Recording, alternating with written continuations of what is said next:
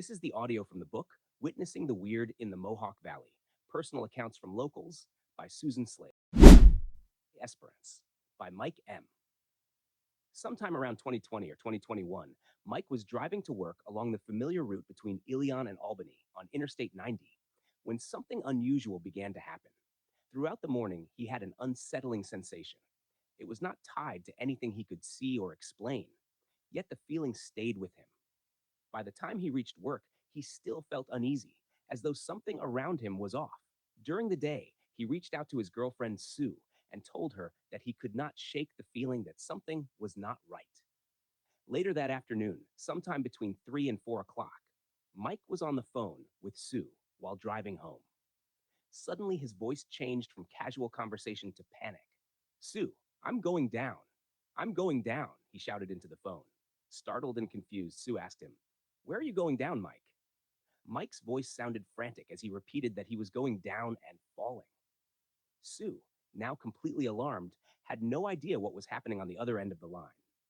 He said goodbye to her, which caused her to become even more alarmed. After roughly 15 seconds of chaos, Mike's voice returned, shaken but clearer. He told her he could have gotten into an accident. Sue asked him what had happened, and he tried to explain what he had just experienced. As he was driving, everything in front of him suddenly looked as though the bridge had split apart and dropped away.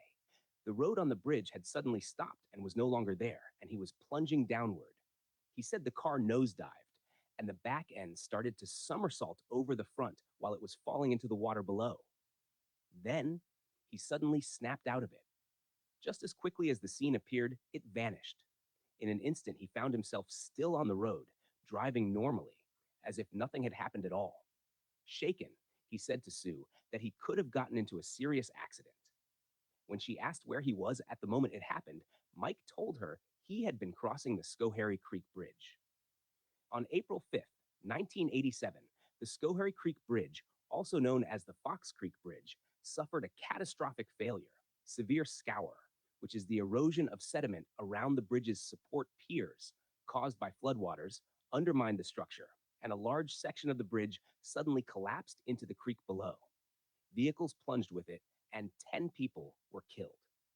It remains one of the most tragic infrastructure failures in New York State history. When someone later experiences something unusual at the same location, especially decades afterward, it naturally raises questions about whether places connected to intense events can leave an imprint on people who pass through them. One possibility is that Mike experienced a type of intuitive perception connected to the location. Some people believe certain individuals are more sensitive to environments where dramatic or emotional events have taken place. The fact that he suddenly perceived the bridge appearing to have disappeared beneath him strongly echoes what actually occurred at that exact site in 1987. Another possibility is what paranormal researchers call a residual haunting. This idea suggests that powerful events can leave an energetic imprint on a location, almost like a recording embedded in the environment. Under certain conditions, a person passing through that space might momentarily perceive fragments of that past event.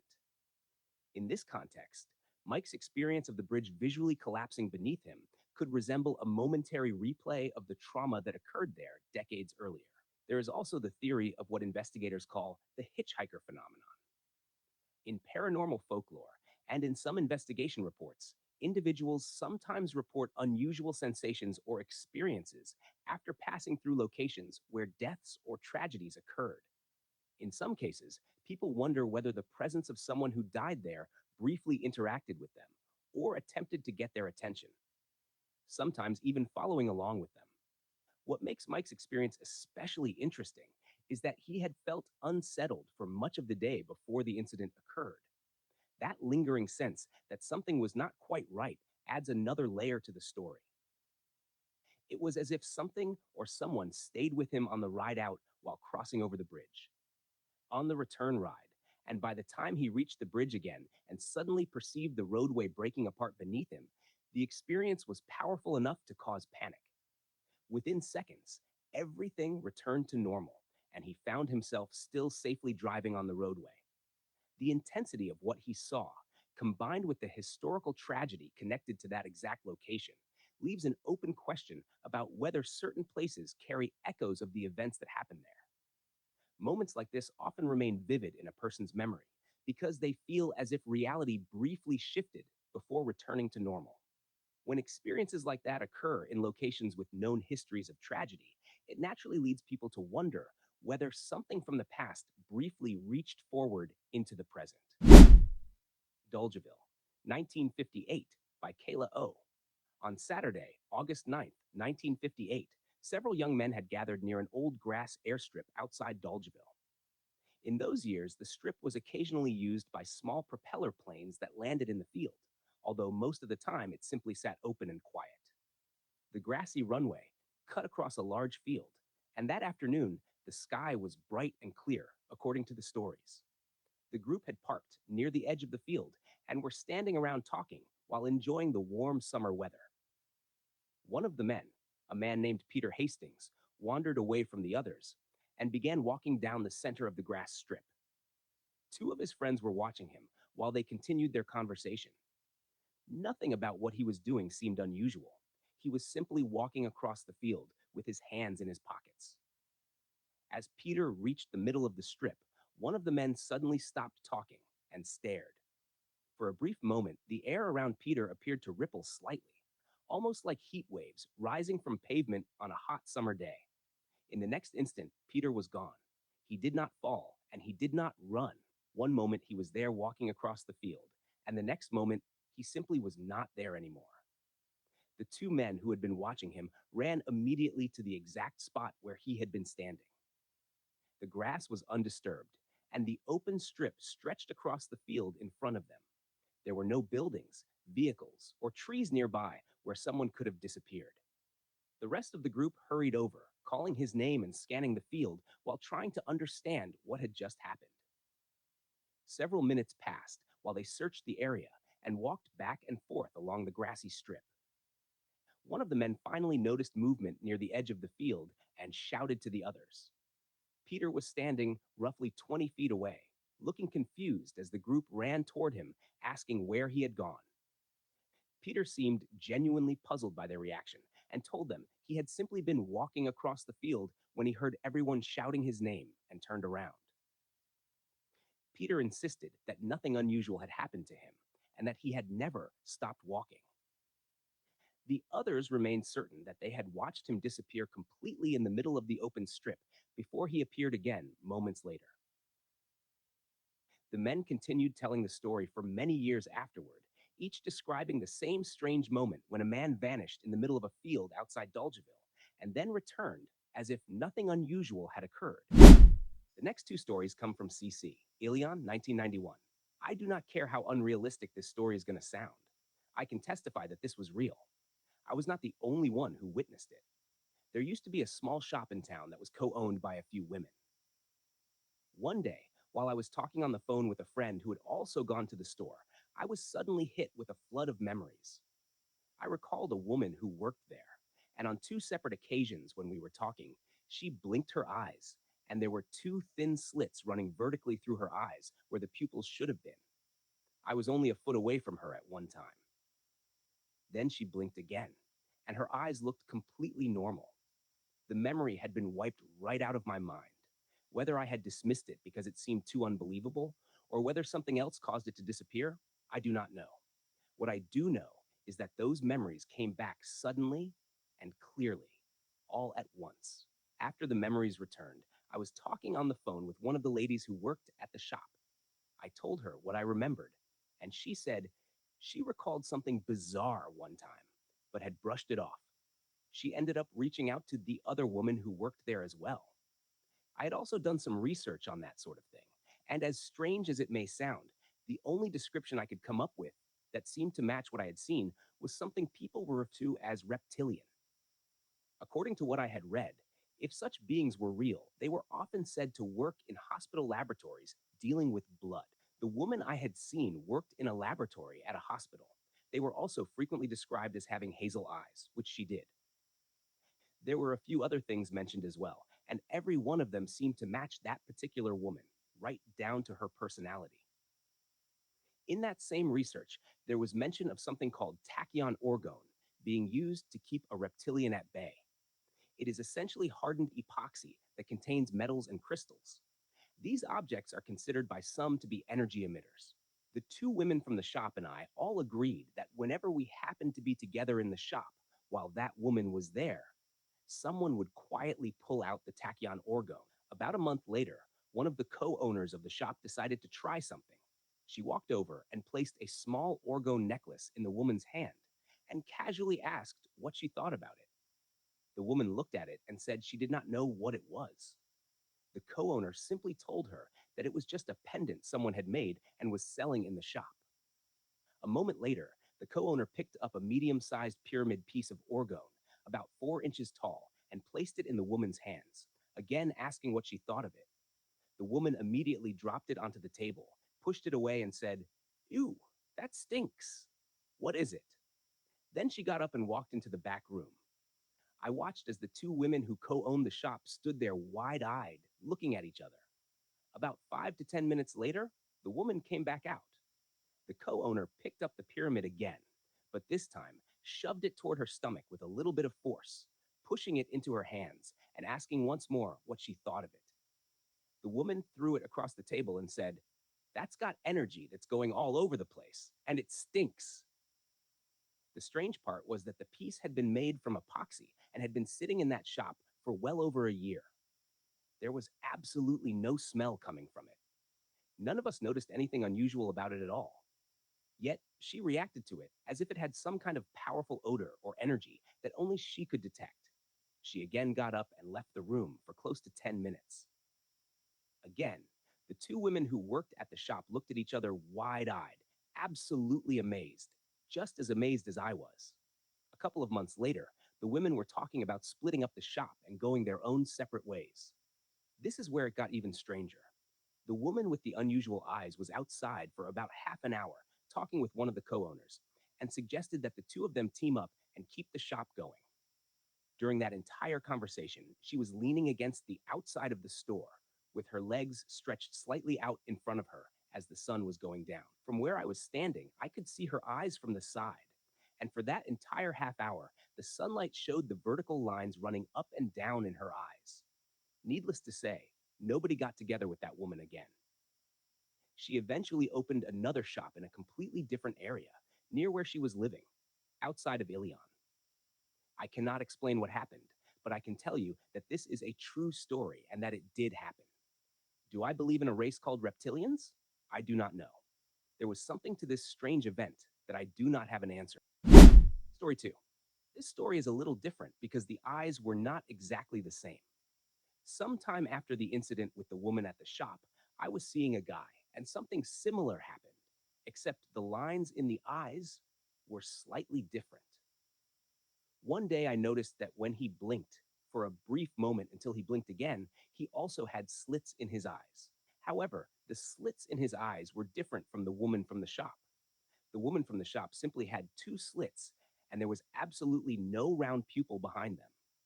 This man had a very fine vertical line that ran over his pupil. I saw this happen a few times, but passed it off as nothing more than the result of eye surgery, because he had in fact had surgery on his eyes. Eventually, we ended up living together, and I began noticing that when he was recollecting or remembering something, the vertical line would appear in his eyes. One thing I did notice was that if he was recollecting something, the lines would start to show, although they also appeared at times when he was not recollecting anything at all. No matter how many times he blinked, the line would sometimes remain there for quite a while, sometimes for a good minute. Occasionally, it would also appear when he was standing out in the sunlight. Like the woman from the shop, his eyes were not just brown, but had hazel mixed through them as well. Even so, I continued to dismiss it, telling myself it must have something to do with the surgery he had undergone. One day, I noticed his father had the same thing happen in his eyes. Again, I assumed he must have had eye surgery as well. Later, I saw it happen with his mother, and she had also had eye surgery, so once again I told myself that had to be the explanation. Over the course of time, I saw it many times with him, though I only noticed it with his mother a handful of times, and with his father once. Eventually, when we were still dating and before we lived together, I said something to him about it. When I did, He simply looked at me as though I were being a little strange. So I dropped the subject and continued telling myself it must be related to their surgeries. That explanation stayed in my mind until one day when I saw his son blink his eyes, and for a brief moment the same thin line appeared, then disappeared when he blinked again. He has never had eye surgery. That made me question the entire surgery explanation. One thing I have noticed is that when they first blink, that is when you see it. Usually, when they blink again, it goes away. The only one I have ever seen hold it for any length of time was my boyfriend. Again, when their eyes show those lines, there is still a round pupil behind them. That is different from the woman in the shop, whose eyes showed only the two slits with no visible pupil at all. Hopefully, I never run into another person like this again. I can say this much. Outside of my boyfriend's father, the others all shared a very similar personality, much like the woman from the shop.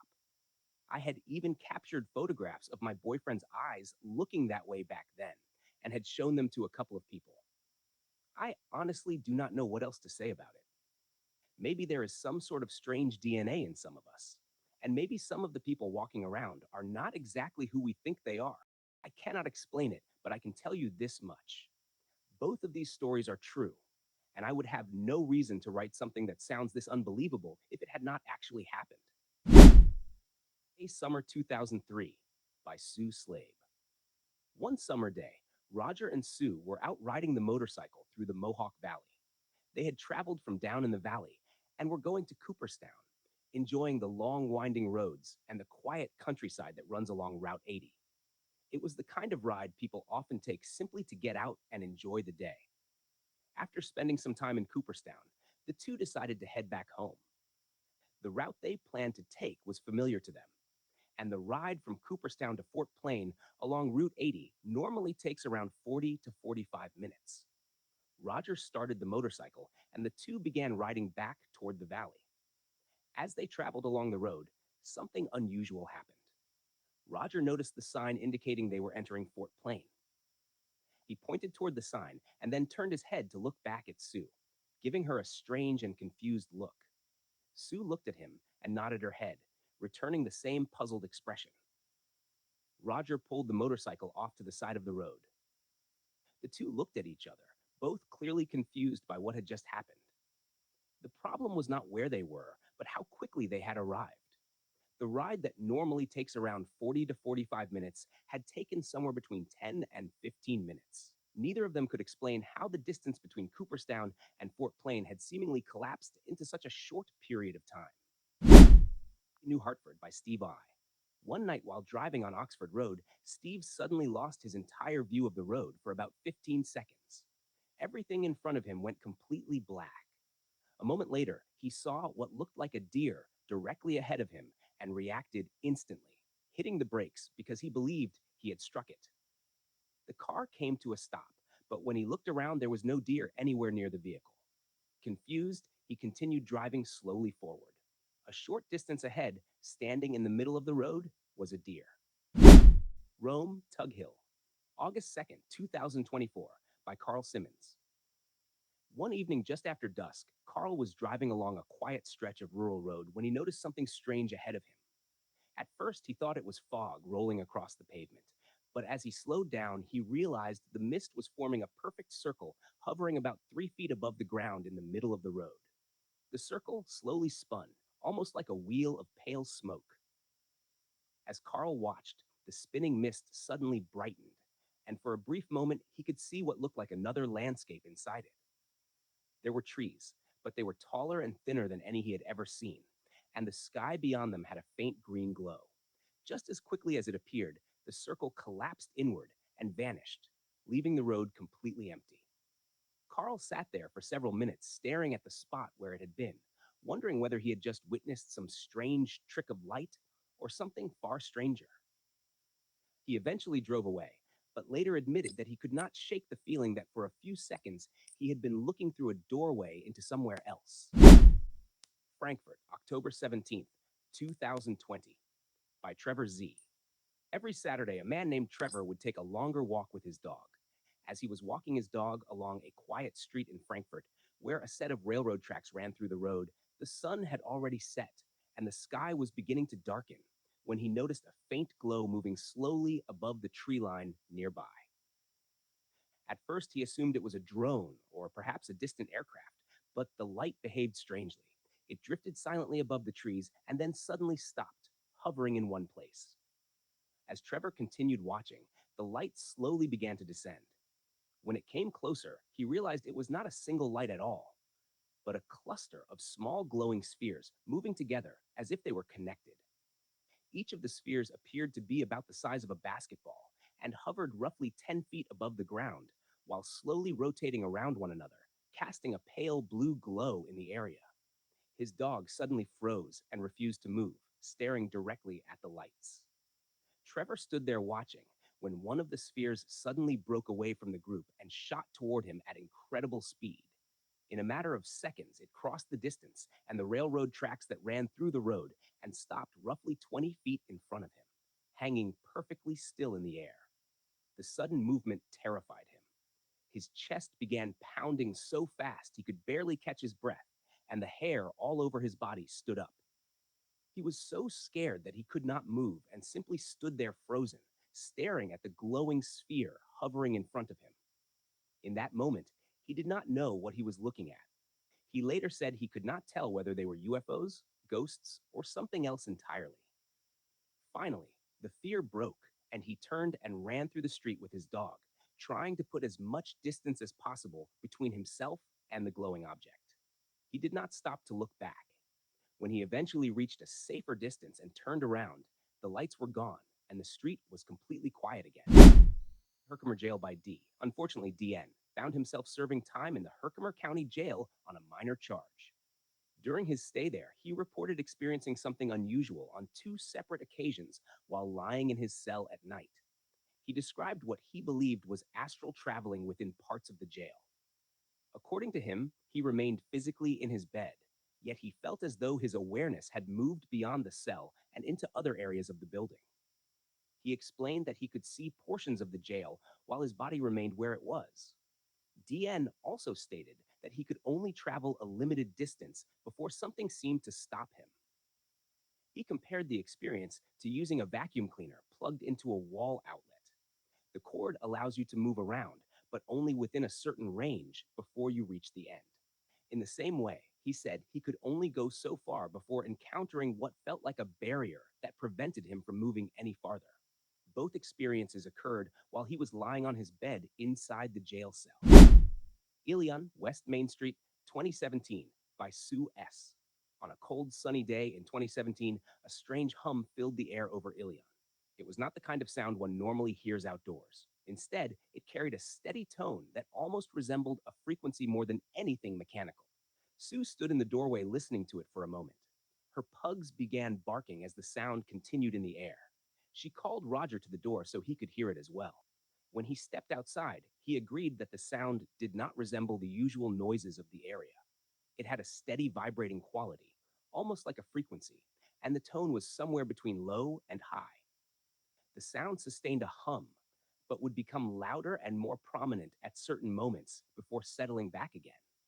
It seemed so localized that you could almost point to the exact area in the sky where it was coming from. Sue managed to capture part of it on video and later posted the recording on YouTube under her channel, Simply Sue. By the time she grabbed the camera, the hum had already been going on for about a minute. The sound continued for roughly 5 minutes and then simply stopped. To this day, the source of the hum has never been identified. It was clearly not a train, and it was not traffic from the thruway either. The sound seemed to be coming from somewhere above, a long, sustained hum that hung in the air before abruptly ending. Ilion, Beringer Road, Fall 2024, by Sue S. Between September and early October of 2024, Sue was sitting outside in the early morning hours, somewhere between 1 o'clock and 4 o'clock a.m., when she began hearing a low hum in the air. This did not happen just once. It occurred multiple times during that period. The sound was a continual humming that seemed to drift around. Just when it felt like it was coming from one direction, it would seem to shift and come from another. A couple of times while she sat in her chair on the cement of the back porch, she could actually feel the vibration beneath her. The sensation reminded her of the way low vibrating speakers in someone's car feel when the volume is cranked up loud. However, it clearly was not coming from anyone's car speakers. It was simply a steady low hum lingering in the air. A Town of Litchfield, 1993 to 1994, by B.G. BG was around the ages of 7 and 8 when a bizarre encounter began happening in the bedroom he shared with his younger brother. BG slept on the bottom bunk, while his brother, who was about 2 years younger, slept on the top bunk. According to BG, there were times when he would be lying in bed wide awake when he saw a creature like being come right through the window and wall area of the bedroom. The figure stood on 2 legs and would walk over and stand near his bed, looking down at him on the bottom bunk. Said that the creature would scratch down the back of his leg. When he woke up, he would find a scratch running right down the back of his leg.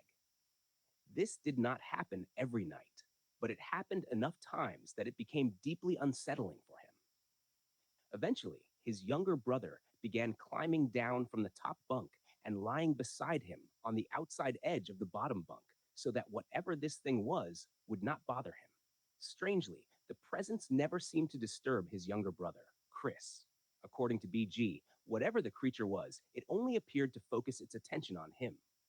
Some people might wonder whether something like this could fall into the category of what is sometimes called dogmen, a creature often described as a large, upright canine seen in various parts of North America. There are stories of these creatures being seen outside in wooded areas, and there are also occasional accounts of them appearing near or even inside homes. Who knows? Frankfurt, Summer 1994, by Duane W. In Frankfurt, New York, behind the feed mill, there is a long path that leads down toward the water where many people go to fish. At the bottom of the path, there is a large stone slab that extends out toward the water where people often sit, along with a tall stone wall nearby. If you look to the left when you first reach the bottom of the path, near a large concrete structure, there is what appears to be a small island. One evening, Duane was fishing there when he noticed movement out near the island. Because it was evening, he felt it made it easier to see what was happening compared to the daylight hours. As he watched, he saw what looked like the shape of a man standing on the island. What happened next startled him. The figure appeared to move off the island and glide across the surface of the water toward the shore, almost as if it were floating or walking across the top of the water. Duane described the figure as having the shape of a man, though the outer edges appeared slightly darker than the center of the form. The sight frightened him badly. He quickly closed his tackle box, reeled in his line as fast as he could, and hurried back up the path. Later, when he described what he had seen, he compared the movement to the kind of story people hear in the Bible about someone walking on water. He made it clear that he was not suggesting anything biblical had actually occurred. It was simply the closest comparison he could think of to describe what the movement looked like. Vickerman Hill, 1993, by Curious Spectator. I went on a motorcycle ride through Vickerman Hill in Mohawk, New York. As we passed a steep hillside, my companion pointed down into the field below. Cut cleanly into the grass were crop circles. This was around 1993. At the time, I did not stop. I did not photograph them. I did not walk the field. Years later, I would learn how extensively they had been documented. 4 circles were found linked by pathways, measuring approximately 20 feet 5 inches, 43 feet 5 inches, 45 feet, and 88 feet in diameter, all slightly elliptical in a north-south direction. 3 swirled clockwise, while 1 rotated counterclockwise.